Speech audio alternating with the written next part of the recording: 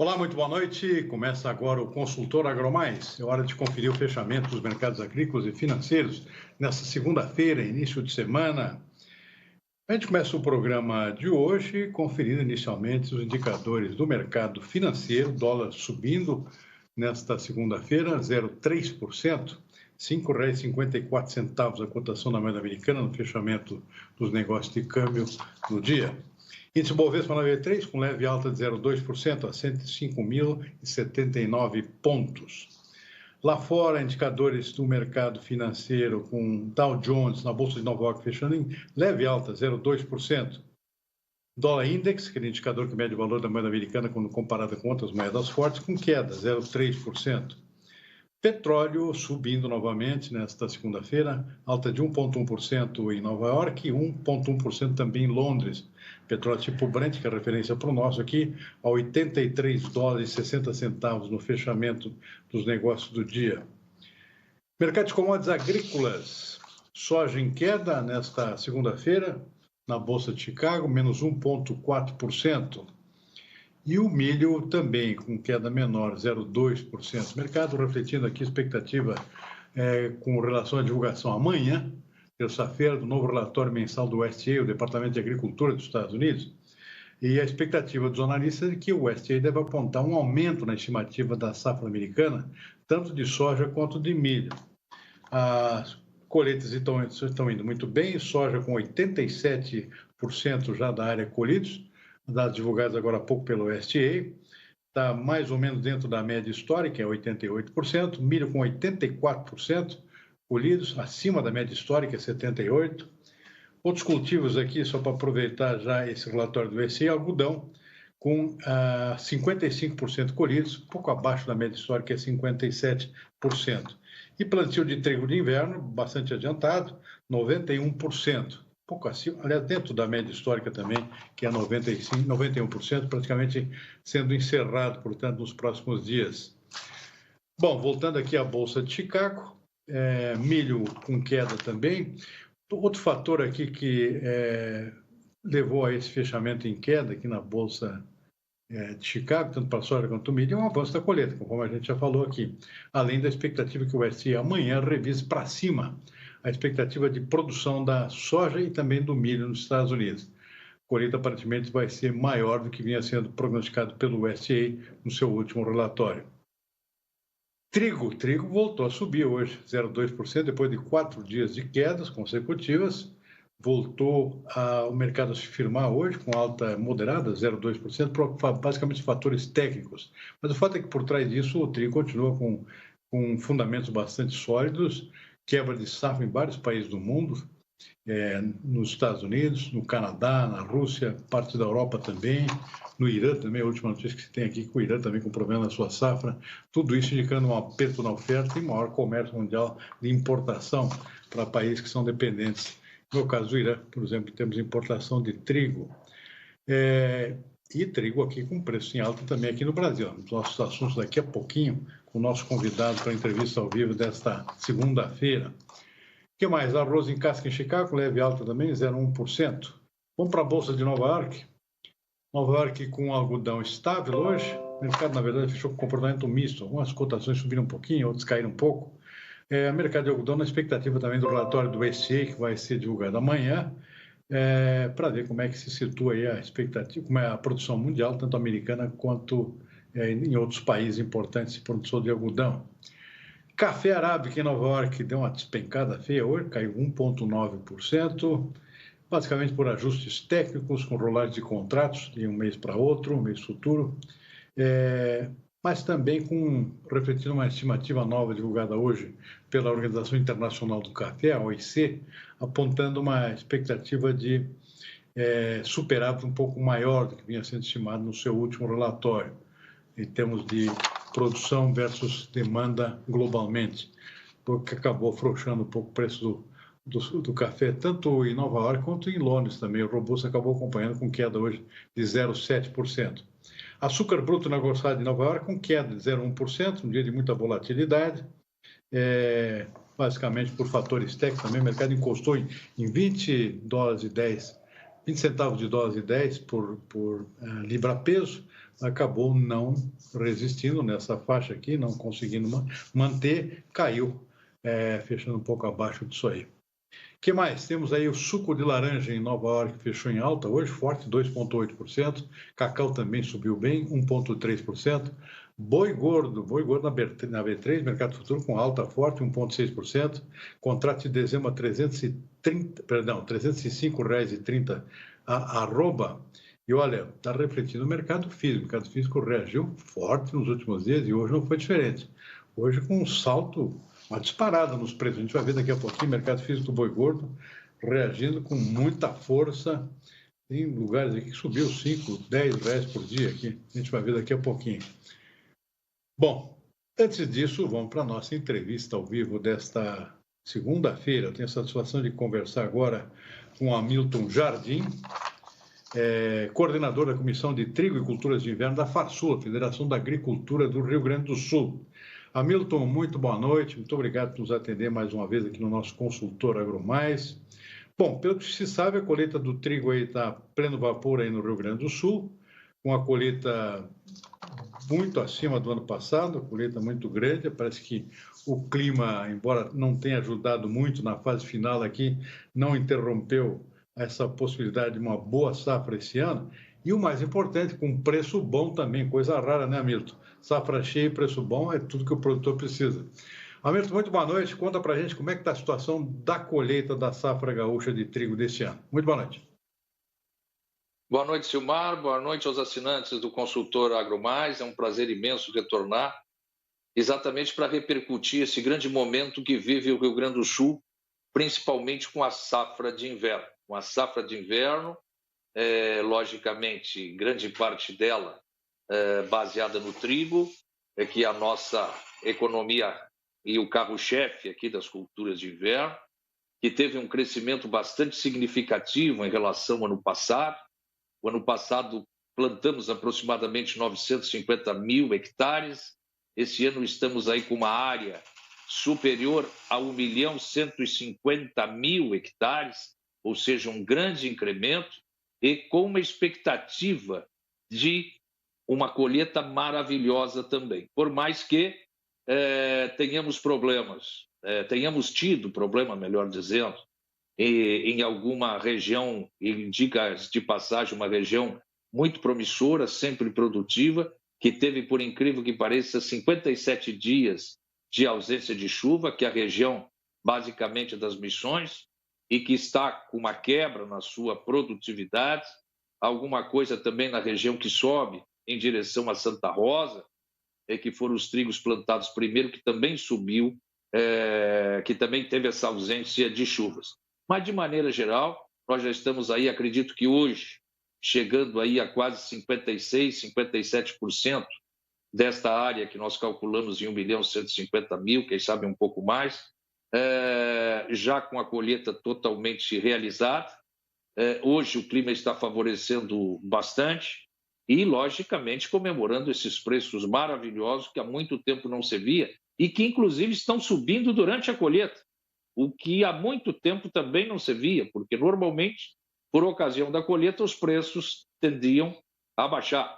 Nesse momento, eles estão aí subindo, logicamente levando em conta o cenário brasileiro, que também vai ter uma queda, principalmente devido à seca no Paraná, e a esses países que você já nominou no início da entrevista, que são formadores de preço, haja vista a quantidade de trigo que produz. Portanto, nós só temos aqui a comemorar, Silmar, e vamos torcer que até o final de dezembro, porque o nosso janela de plantio foi muito grande, nós efetivamente comemoremos esta grande colheita, que tenho certeza que vai ser uma impulsionadora de plantio para o ano que vem, motivados pelos preços ora praticados e pelo impulso que o produtor teve o ano passado por uma excelente safra, também com preços animadores, e ele investindo em tecnologia está tendo retorno agora. Portanto, é um momento bastante satisfatório que nós, graças a Deus, gaúchos,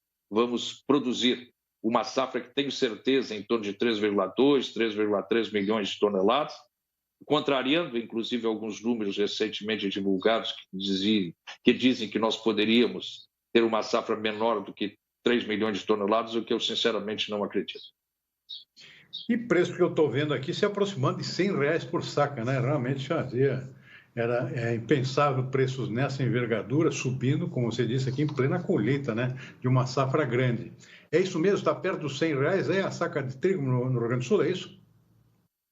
Aqui a média praticada na minha região onde eu estou, Silmar, que é uma grande região produtora que você conhece muito bem, como o gaúcho que é, aqui no norte do estado do Rio Grande do Sul, em torno de R$ 85 hoje, Silmar, para pH 78. Mas mesmo assim é um preço animador que compensa o custo de produção. O custo de produção foi efetivamente bastante alto, mas se pegarmos a relação de troca ano passado com esse, comparando insumos comprados e o custo total da lavoura versus preço, esse ano, ele, mesmo que o custo tenha sido maior com esse preço de agora, nós vamos ter um retorno financeiro e isso anima cada vez mais o triticultor em especial. Hamilton, houve um trabalho no sentido de aumentar outras culturas de inverno, também aumentar a área aí no Rio Grande do Sul, para ocupar mais espaço, né? Porque as culturas de inverno ainda ocupam um espaço pequeno quando comparados com a safra de verão. Se não me engano, são 6 milhões de hectares no verão e depois cai para 1 milhão e pouco no inverno. Essas outras culturas também corresponderam bem estão correspondendo bem em termos de produção, Hamilton? Bom, esse programa, Silvar, é o programa que a Farsul, com vários apoios, principalmente atendendo a demanda da Associação Brasileira de Proteína Animal, que chegou para a Farsul com uma demanda muito forte, em virtude do déficit entre o que se consome e o que se produz nos principais estados produtores de suínos e aves e bovino de leite, que são principalmente o Paraná Santa Catarina e o Rio Grande do Sul, que tem um déficit aí, Silmar, em determinados anos, 7 milhões a 9 milhões de toneladas de milho para manter os seus confinamentos, principalmente de aves e suínos. Então, veja bem, se nós no Rio Grande do Sul temos 6 milhões de soja, Silmar, esse ano, inclusive, vamos passar os 6 milhões de hectares cultivados com soja e aproximadamente 730 mil hectares com milho, e com as outras culturas, aí podemos trabalhar com o número de 7 milhões, desprezando a cultura de arroz, que também ultrapassa 1 milhão de hectares, mas que não entra nesse cenário que eu estou colocando para os assinantes do Consultor AgroMais. E nós temos no inverno apenas o quê? Nós temos aproximadamente 1 milhão e 150 mil hectares de trigo, alguma coisa de triticale, alguma coisa de aveia branca para a produção de grãos, alguma coisa de aveia preta para a produção de grãos, o resto é cobertura, e também cevada, basicamente para a produção de malte, para servir de base.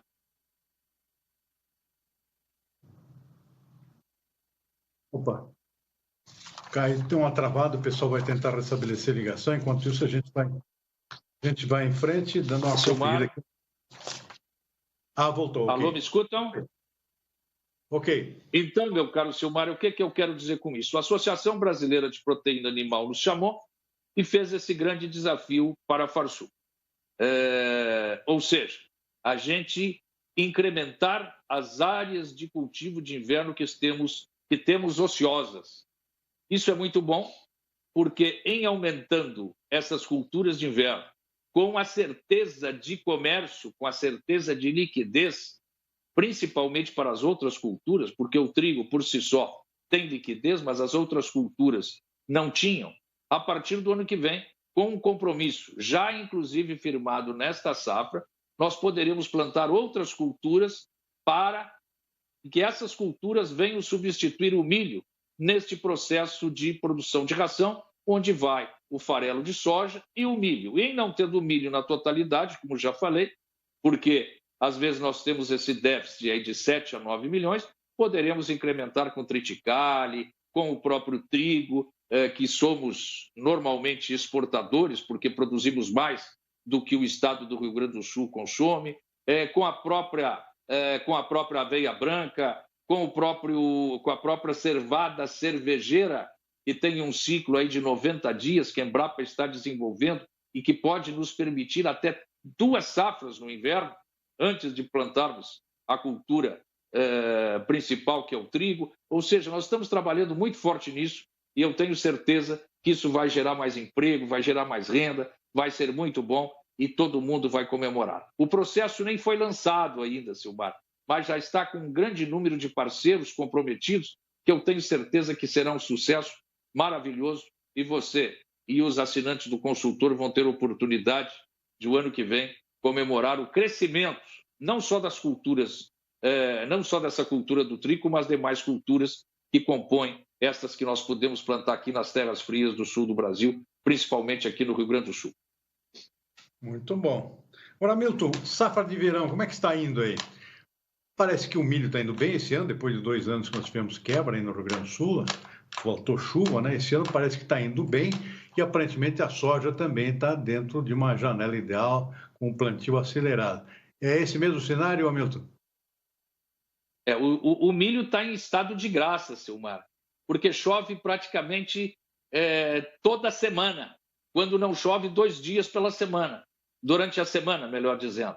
Inclusive, isso traz uma preocupação para o triticultor, porque o nosso trigo que está no campo precisa ser retirado o mais rápido possível, assim que esteja em condições de colheita. Muitos produtores, inclusive, utilizando a técnica da dessecação pré-colheita com produto recomendado. Nós temos um único produto recomendado pelo Ministério da Agricultura e que os produtores, quando utilizam, estão utilizando esse, que é o glufosinato de amônio, para antecipar a colheita do trigo e entrar logo com o plantio da soja. Mas o milho está em estado de graça, está numa situação como jamais se viu. Houve um incremento na área, um ligeiro incremento da área, por mais que a cigarrinha tenha trazido preocupação, mas a assistência técnica privada, principalmente, e mesmo a oficial, está muito atenta, alertando o produtor e, consequentemente, muitos produtores aqui já estão vendo o milho praticamente começando o processo de floração. E a soja, logicamente, também no serviço bastante acelerado, dentro daquelas regiões onde as chuvas não foram tão intensas e que a umidade do solo permite realizar o plantio. O que está sendo feito hoje na grande região produtora do estado do Rio Grande do Sul, começando aqui pelo norte, onde se planta primeiramente, e, logicamente, depois avançando para os estados, para os municípios, melhor dizendo, da Depressão Central e também na metade sul, onde o incremento de soja tem sido muito grande e, mais uma vez, esse ano vai crescer. Muito bom. O cenário aparentemente muito bom. A gente espera que continue assim no Rio Grande do Sul, para que tenhamos uma excelente safra, não só no estado, mas em todo o país, em 2022. Hamilton, a gente fica por aqui. Muitíssimo obrigado pela entrevista. Sucesso aí com a safra. Que a chuva chegue na hora certa e que não chegue com quantidade demasiada também, para não atrapalhar. Muito obrigado e até uma próxima oportunidade. Obrigado, Silmar, pelo espaço mais uma vez. É um imenso prazer dividir essas informações com os teus assinantes aí, com os assinantes do consultor, e até uma próxima oportunidade. Fiquem com Deus e que os nossos serviços sejam recompensados com um bom final de colheita e um bom plantio e, se Deus quiser, uma boa colheita de verão. Muito bom, obrigado, Hamilton. Bom, vamos em frente com o nosso consultor Agomar. Dá uma conferida rápida aqui nos nossos indicadores do mercado físico. Tem aqui o fechamento de hoje já da soja e do boi. Soja com queda, hein? Terceiro ou quarto dia consecutivo de quedas fortes nos preços aqui, refletindo perdas na Bolsa de Chicago. A soja hoje fechou abaixo dos $12 por bushel em Chicago. Mercado bastante pressionado já, com vários dias consecutivos de queda. O câmbio também não ajudou muito hoje, tem subido um pouquinho. Então a soja continuou despencando aqui no mercado interno. Estou vendo aqui Passo Fundo 50 centavos a menos. Agora em Cascavel, por exemplo, uma queda de R$3 para 1,56. Rondonópolis, Mato Grosso, caindo R$5 para 152. Rio Verde, em Goiás, 150,50, menos 1,50. Dourados, Mato Grosso do Sul, 150, menos R$4. E mais lá para o norte, especialmente no norte do Mato Grosso, preço já abaixo dos R$ 150 por saca de 60 quilos no mercado disponível aqui. Fazia tempo que não se via preço nesse patamar tão baixo. Destaque hoje para o boi gordo com reação forte, reagiu na sexta, hoje mais ainda. Preços fortes e altos no mercado interno, refletindo um aumento da procura pelos frigoríficos e uma oferta aí que está lenta, o pecuarista retraído aqui nas ofertas, aproveitando essa onda de retomada dos preços. Estou vendo aqui no mercado de São Paulo, aqui, R$ 271 arroba, alta de R$ 7 em relação à sexta-feira, uma alta forte, portanto. Cuiabá, por exemplo, R$ 250 arroba, um aumento de R$ 5. Uberaba, lá no Triângulo Mineiro, 270 arroba, alta de R$ 8 num dia só, de sexta para hoje. É um boi reagindo finalmente e com disparada nos preços, conforme a gente acaba de relatar. Bom, vamos em frente com as nossas notícias de hoje.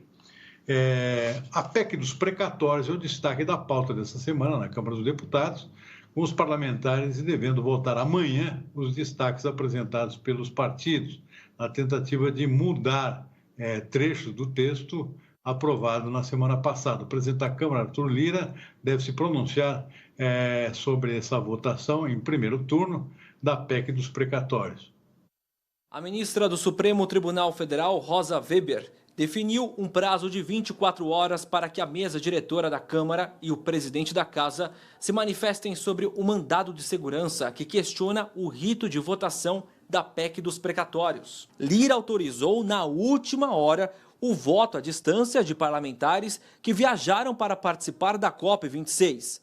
O prazo começa a contar assim que Lira e a Câmara forem notificados, o que só deve acontecer nesta segunda. A votação da PEC em segundo turno está prevista para amanhã. A proposta de emenda à Constituição é a principal aposta do governo para viabilizar o Auxílio Brasil de R$ 400. Mais uma vez, o mercado elevou a previsão da inflação e diminuiu a expectativa de crescimento econômico para o Brasil em 2021. É o Boletim Focus do Banco Central, divulgado nesta segunda-feira. 31ª semana consecutiva, os economistas ouvidos pelo Banco Central aumentaram a projeção para o IPCA de 9,17% para 9,33%. Pela quarta vez seguida, a expectativa para o Produto Interno Bruto caiu. Foi de 4,94% para 4,93%. A expectativa para a taxa Selic foi mantida em 9,25% ao ano. O dólar também ficou estável em R$ 5,50. Uma pesquisa da Confederação Nacional da Indústria aponta que as pequenas empresas do setor consideram a falta ou o alto custo da matéria-prima como o principal problema que enfrentaram neste último ano. Esse é o desafio número 1, apontado pelas indústrias do setor de transformação, construção e também da indústria extrativa. Depois, as empresas citam a elevada carga tributária e o alto custo da energia. A boa notícia é que o faturamento dessas empresas aumentou no terceiro trimestre, assim como o índice de desempenho, que registrou um aumento para 48,3 pontos. As exportações globais de café tiveram um crescimento de 1,2% no período de 2020 e 2021. Para o Brasil, o maior exportador do mundo, a previsão da exportação da próxima safra é otimista. Um balanço realizado pela Organização Internacional do Café mostrou que as exportações acumuladas da safra cafeeira no período 2020-2021 somaram 128.930.000 remessas exportadas pelo mundo. Esse número representa uma alta de 1,2% em relação à safra do ano anterior. No período de 2019 e 2020, somente o Brasil exportou 43 milhões de sacas de café. Para a próxima safra, a expectativa é que esse número cresça consideravelmente. Especialistas acreditam que entre 2022 e 2023, o maior produtor de café do mundo deve exportar entre 60 e 64 milhões de remessas cafeeiras. Em julho deste ano, o Brasil registrou um recorde histórico de exportação no setor. Foram cerca de 45 milhões de sacas de cafés brasileiros exportadas, um crescimento de 13% em relação à temporada 2018-2019. Nós vamos ficando por aqui com o nosso consultor AgroMais desta segunda-feira. Uma boa noite, uma boa semana. Amanhã estamos de volta.